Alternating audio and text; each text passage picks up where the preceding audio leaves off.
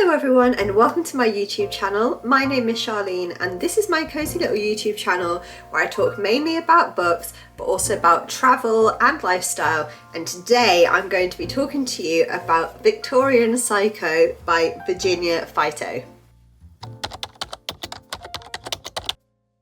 Hi everyone and welcome to my new video. And just before I get started on this book review, I just want to say I'm so sorry if I sound awful or if I look awful. All of the above are probably true, but I've had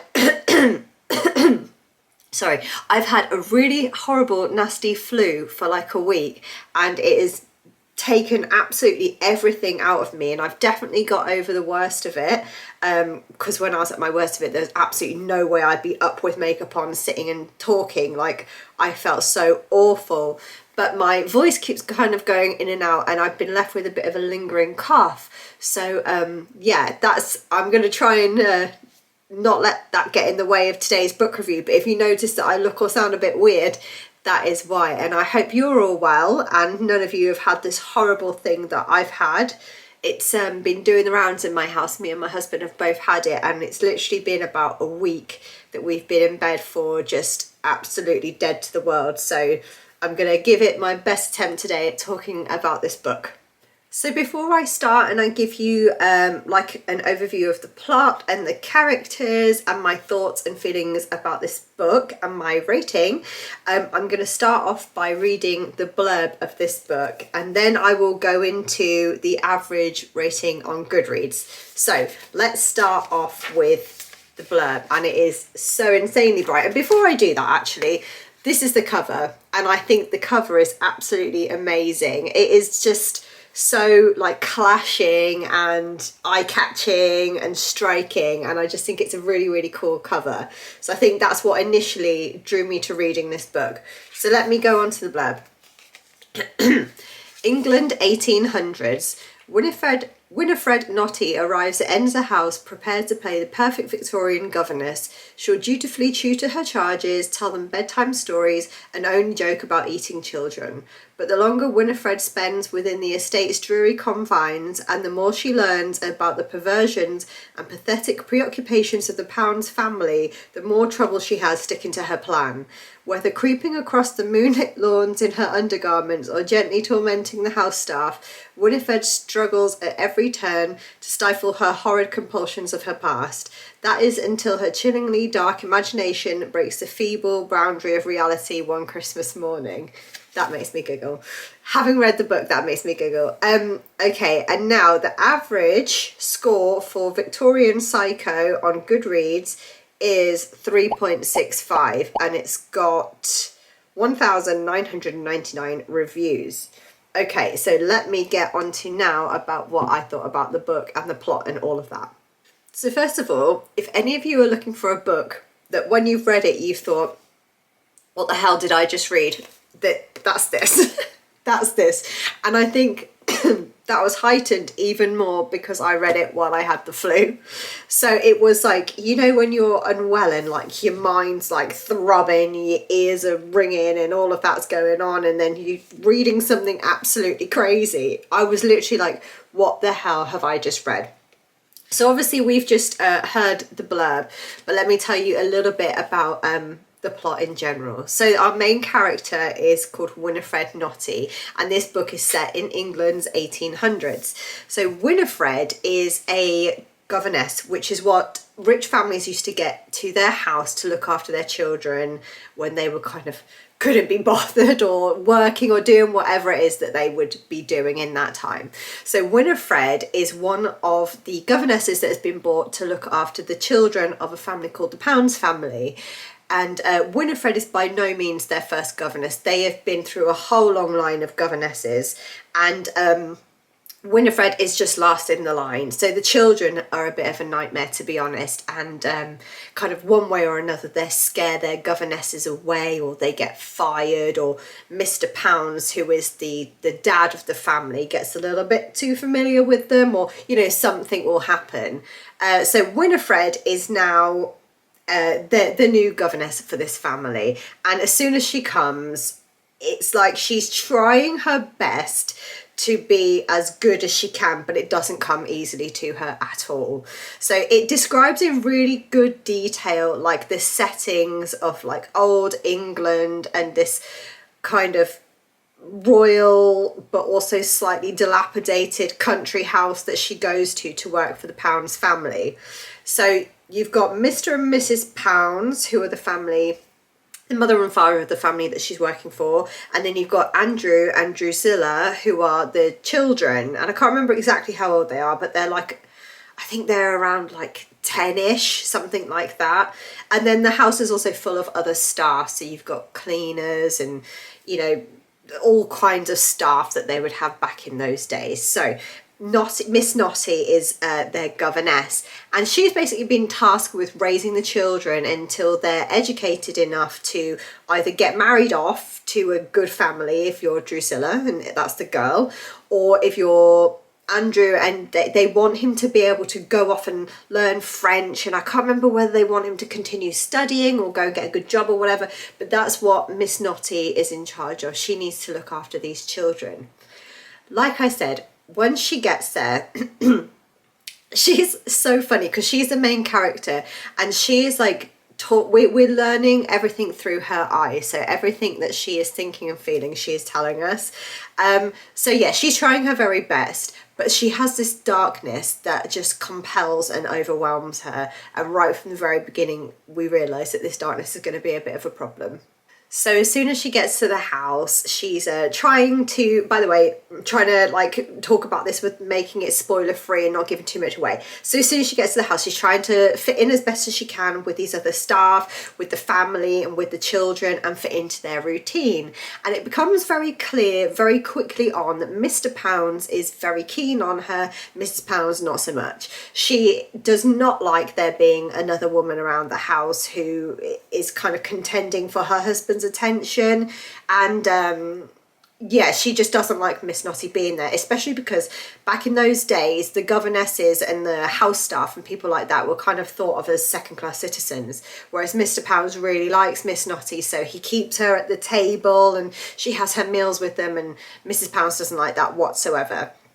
So Miss Notty, she's trying to teach these children, and they're not the easiest of kids. They're like little brats really, and she's just doing her best, but she's like putting on this like smile onto her face and trying as hard as she can, but then you're as the reader reading her thoughts and she's like, I want to kill them. And like it's so funny, this story, because I've never read a book like it. It's so disgusting and brutal and savage and dark and like it really, really dark, but then also it's so darkly funny, and like you're reading it and you're kind of like going along with her thoughts in her head, and she just has the most inappropriate, funny at times, dark, weird thoughts, like.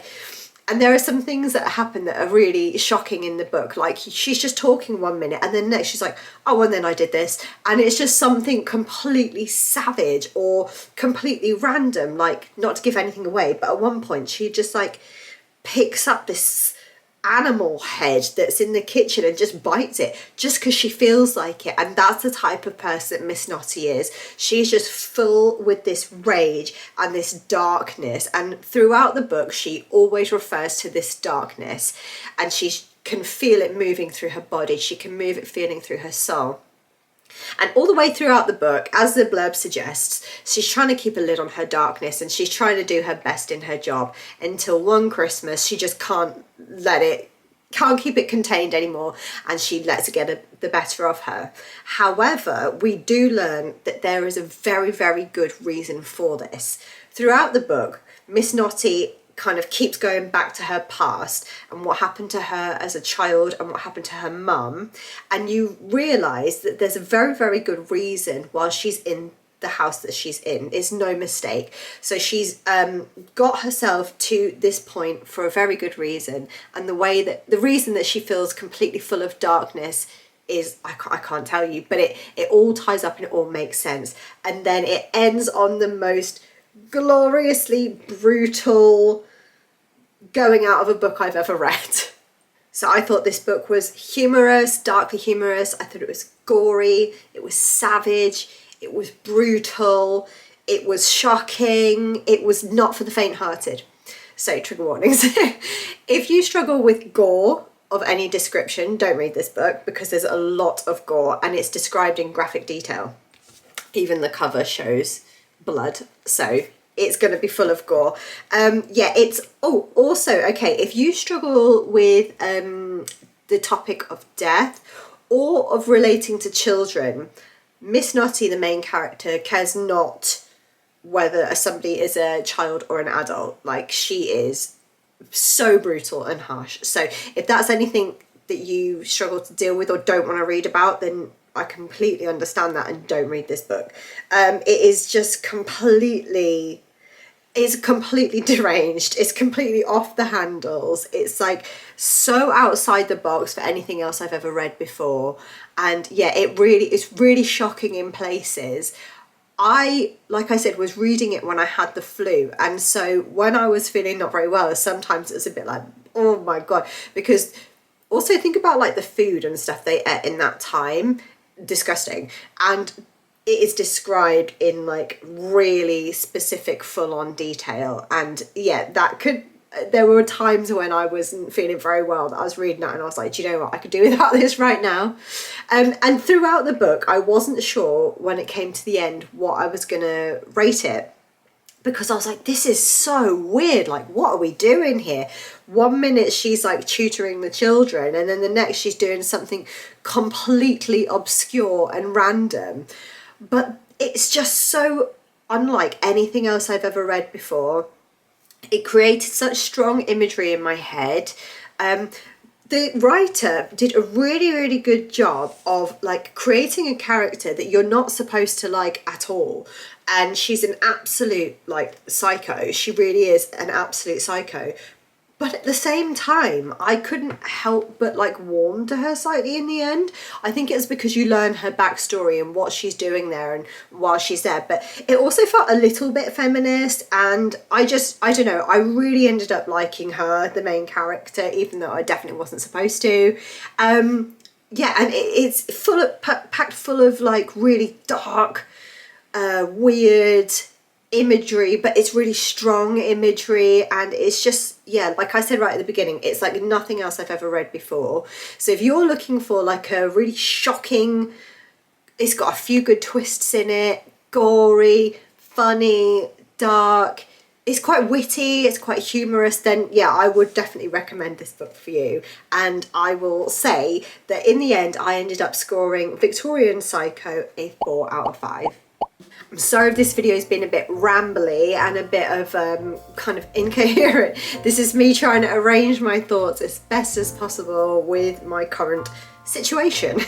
So I'm really glad though that I did read Victorian Psycho. It is just like so cool, and yeah, cool and different, and like nothing I've ever read before. And on the cover it says here, simmering with rage, and I completely agree with that. Like, I just love the main character's darkness and how much she is aware of it and talks about it and embraces it, and she just doesn't care. She doesn't care to, like, she knows how weird and dark and evil that she is, and she just doesn't care. She embraces it and she's like, yep, that's who I am.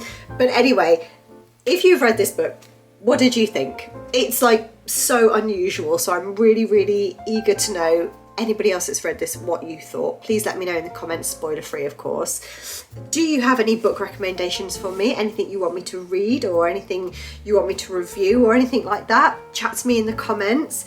If you've watched this video right to the end, thank you so much. And also I would love you forever if you would like this video and subscribe to my little channel. And I will be back next week with a hopefully far more coherent video. And yeah, just thank you so much for watching, and I'll see you next time. Thank you, bye.